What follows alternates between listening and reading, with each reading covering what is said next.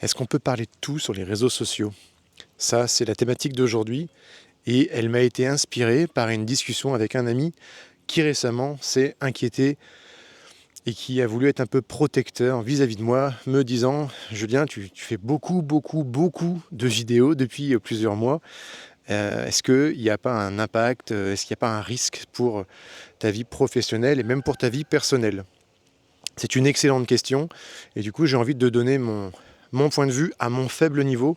Donc en 4 mois, c'est, 250 000 vues du petit gérant par mois. Ça fait déjà pas mal, j'estime. 1 abonnés et bientôt 450 vidéos produites.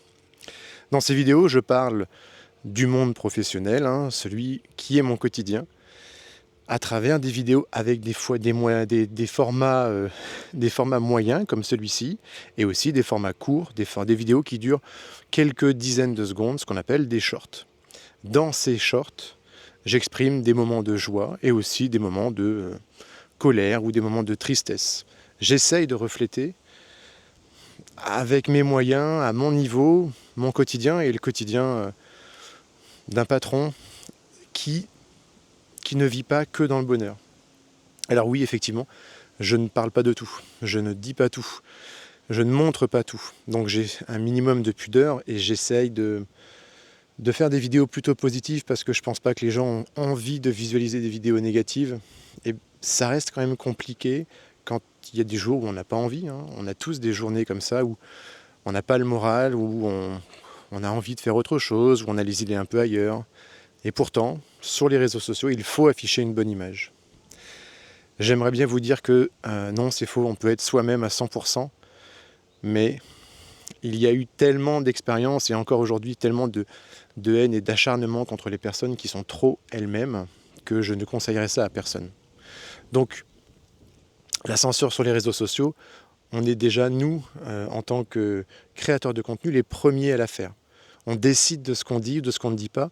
Et c'est un peu comme dans la société, quand on discute avec des personnes ou quand on doit adapter son comportement, on va faire attention à ce qu'on dit, à ce qu'on fait.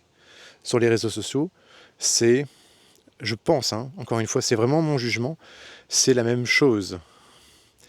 Si j'étais réellement moi-même, je donnerais une image, vous qui me regardez, de moi qui serait fausse, parce que je pense qu'on se demanderait comment quelqu'un peut parler de sujets, je ne sais pas, autant librement. Alors, j'ai pas d'idée spécialement en tête, mais vous savez, quand on découvre un personnage à travers une vidéo et qu'on ne le connaît pas autrement, on ne l'a jamais rencontré physiquement, eh bien, on se fait une idée de qui elle peut être au quotidien, à travers uniquement ces moments-là.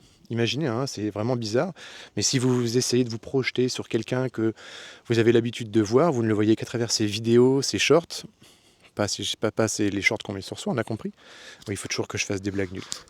Eh bien, vous ne le connaîtrez qu'à ce niveau-là. Vous pouvez en devenir fan, et vous pouvez avoir envie de le rencontrer. Je pense à certains youtubeurs assez connus qui ont fini par ouvrir des restaurants ou autres. Ces personnes-là, au moment où elles rencontrent leurs fans, eh ben, elles se doivent d'être fausses.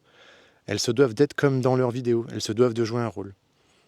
Oui, dans le monde professionnel, on joue un rôle. Les commerciaux jouent un rôle, les patrons jouent un rôle. Tout le monde a une vie professionnelle et tout le monde a une vie personnelle. Le risque de ce genre de vidéo, c'est peut-être de trop donner accès à sa vie personnelle et peut-être que le cadre de la vie personnelle doit rester dans la vie personnelle. Alors il faut savoir mettre le curseur. Je pense que le curseur, on apprend à le mettre au fur et à mesure de sa progression en tant que créateur de contenu.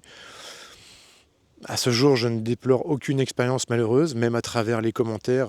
Je laisse chacun s'exprimer. J'ai quelques vidéos qui ont dépassé les 100 000 vues, dans lesquelles j'ai des commentaires qui sont partis dans la politique, la haine, le racisme, alors que le sujet de base n'était pas du tout là. Et je vois bien que les gens, je ne sais pas s'ils ont besoin, mais en tout cas, ils s'expriment, eux, à l'inverse, très très librement, hein. Ça aussi, c'est une grosse différence qu'il y a entre les personnes qui sont en train de filmer du contenu, qui sont derrière la caméra comme moi et qui essayent d'être sobres. Alors on n'est pas tous pareils, je sais bien. Je parle toujours en majorité, vous le savez. Et les personnes qui vont vouloir commenter, qui le seront moins, parce qu'elles risquent moins, parce qu'on ne voit pas leur visage, parce qu'elles sont derrière des pseudos. Vous avez exactement là le contre-exemple, hein. Vous me voyez, vous savez qui je suis, on peut éventuellement se rencontrer, donc l'image que je renvoie, je dois y faire attention. Donc pour répondre à la question initiale, est-ce qu'on peut être soi à travers les réseaux sociaux? Non. On décide d'être quelqu'un. On décide du personnage qu'on a envie de refléter à la société. Et donc, voyez-vous, moi, le petit gérant, j'ai envie de vous montrer la partie de mon quotidien que j'aime dans mon métier, dans l'entrepreneuriat, dans la gestion au quotidien et puis dans la production. Voilà, c'était vraiment un partage de pure passion venant du cœur qui m'a été inspiré par un ami que je remercie. Après réflexion, c'était une excellente question. Sur ce, vous avez vu dans le nord, on a du soleil aussi, donc j'allais me prendre un petit café, je pense bien. Allez, à bientôt.